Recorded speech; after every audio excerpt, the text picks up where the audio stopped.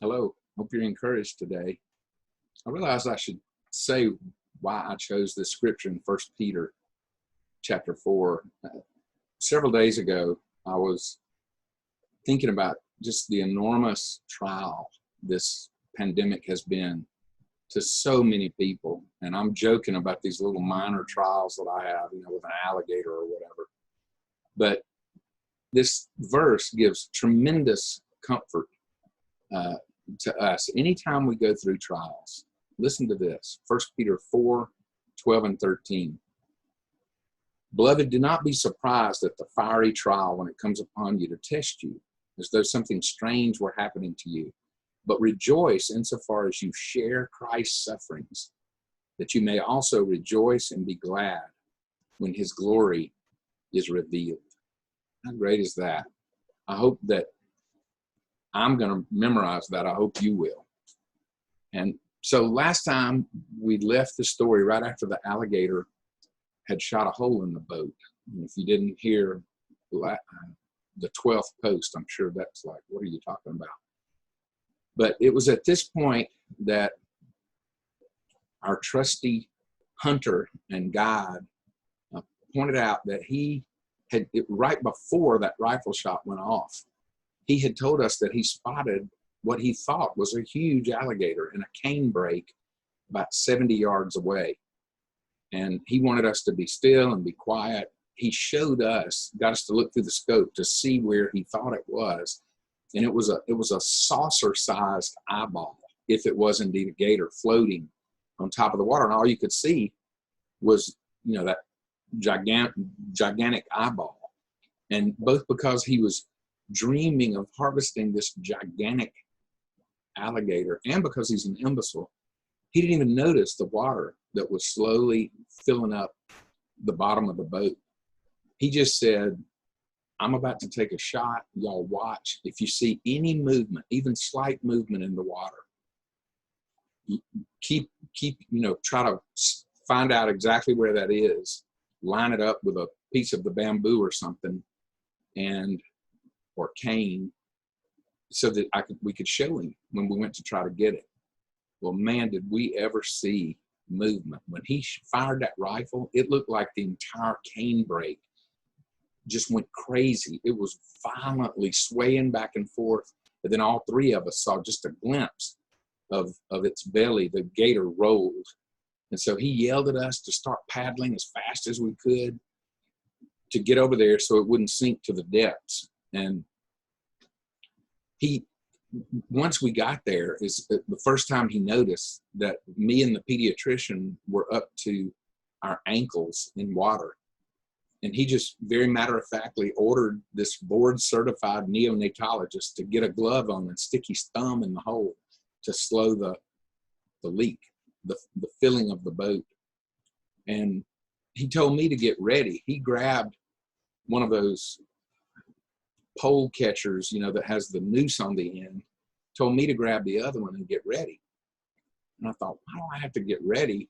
If it's wounded, we got to kill it. If it's dead, we'll both have plenty of time to get the noose on it and get it up against the boat. I was slightly mistaken. That's not what his plan was. We were just in 3 or 4 foot deep water right there at the canebrake. And his idea was to just fish around with his noose, hoping he could hook it either by the tail or the head.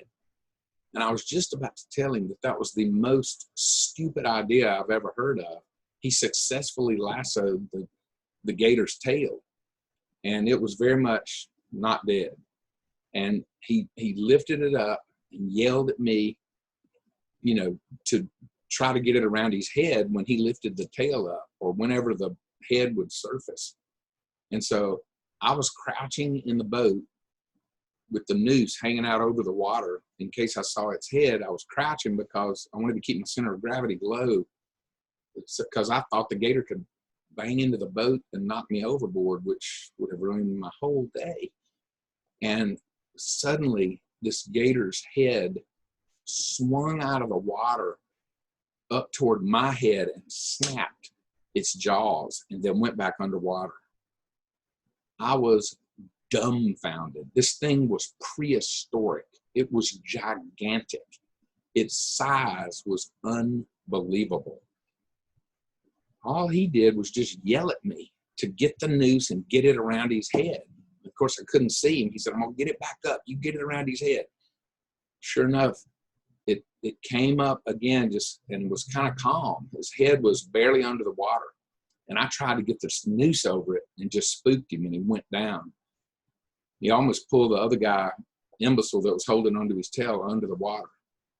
And then he came back up a few minutes later, and this time I successfully got his head. And, of course, he was thrashing like crazy. I thought, man, I'm the wrong cowboy to be doing this. I got 5 children at home and a wife waiting on me to come home, but he could care less about any of that. And when I say I got him, I felt kind of like, a hamster holding an elephant, an angry elephant with a piece of kite string. But he just told me to try to hold the head still, and he put the rifle right down on his skull and shot again. And I promise all that did was just make him angry.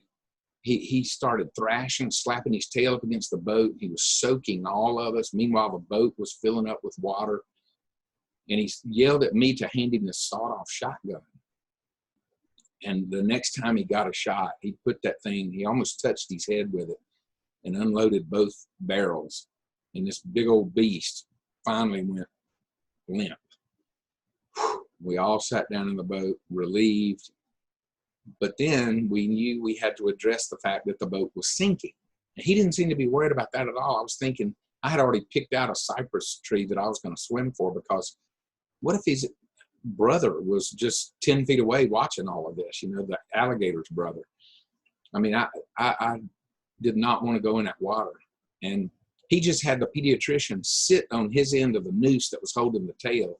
I held the head, and him and the pediatrician paddled us up to the shore really quickly, as quickly as they could. And we did not sink, of course. And we got there.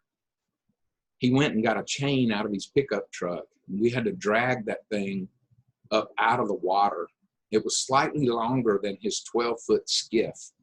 So, 12 and a half feet long. And later we found out that it weighed a little bit more than 500 pounds. Well, then we were all basking in the victory. And it's like, wow, look at this gigantic alligator. And believe it or not, it was only the second biggest one imbecile had ever gotten. But he and the pediatrician took a lot of pictures, sitting on the gator, straddling it like they were on, riding a horse and all that. And I got pictures of me. My pose was I laid down next to it and acted like I was holding its hand, because his foot, because his big old front foot, which are usually tiny on alligators, was bigger than my hand. And then right before we left, they said, Tim, let's get one more picture. You just straddle it. Just get up there on it. We'll take a picture. I thought, sure, my kids will love this. And so I got up there on it, and they both were taking a picture simultaneously. And they got a lot more in that picture than they had expected.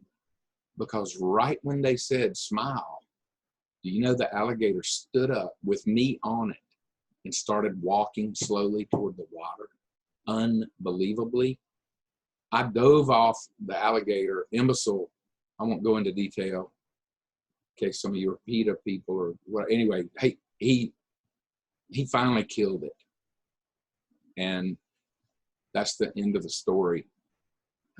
It was an unbelievable day. So won't be talking about alligator next time when I talk to you Friday. See you then.